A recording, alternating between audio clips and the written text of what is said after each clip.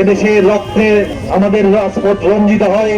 আমরা তারপরেও কখনো কারো গায়ে আঘাত করি নাই, কারো জানমালের উপর আঘাত করি নাই, কোন দোকানপাট ভাঙচুর করি নাই। বাংলাদেশ ইসলামী ছাত্র সেনার কেন্দ্রীয় সদস্য মাওলানা মোহাম্মদ রইসুদ্দিনের হত্যার প্রতিবাদে সোমবার চট্টগ্রাম কক্সবাজার মহাসড়কের পটিয়া পৌর সদর অঞ্চলে মানববন্ধন ও বিক্ষোভ সমাবেশ করেছে পটিয়া উপজেলা ইসলামী ফ্রন্ট, ইসলামী ছাত্র সেনা ও যুব সেনা।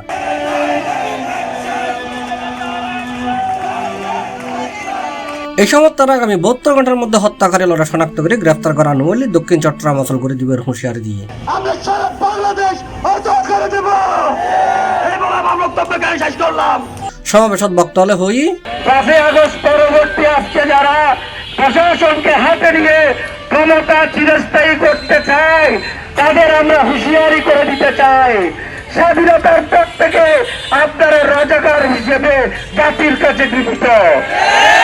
আজকে আপনারা খোলস পাল্টিয়ে পথে পথে আলো সুন্নতের শান্তিকামী মানুষকে খুন করে আপনারা সেই জায়গা দখল করতে পারবেন না। তাদেরকে প্রত্যেকটা সরকার বঞ্চিত করেছে, লাঞ্ছিত করেছে, তাদেরকে মাথা উঁচু করে দাঁড়াতে চাই না। ফটিয়া থানার মুরুর চত্বরনাজি সমাবেশনাজি বক্তব্য দিয়ে ইসলামী ফ্রন্টের দক্ষিণ জেলার সাধারণ সম্পাদক আলী হোসেন, জেলা সহ সভাপতি হাফেজ আহমদ আল কাদেরী, উপজেলার সেক্রেটারি আবুল কালাম লিটন, যুব সেনার কেন্দ্রীয় সহ সেক্রেটারি জামাল উদ্দিন রব্বানী, সাবেক সহ সভাপতি ইসলামী ছাত্র সেনা কেন্দ্রীয় পরিষদের শাহজাদা নিজামুল করিম সুজন ইয়াকুবি, যুবনেতা মহিউদ্দিন, উপজেলা ছাত্র সেনা পূর্ব পরিষদের সাংগঠনিক সম্পাদক সাজ্জাদ হোসেন, পৌর ছাত্র সেনা সভাপতি মুজাম্মেল হক সহ আরো অনেকেই।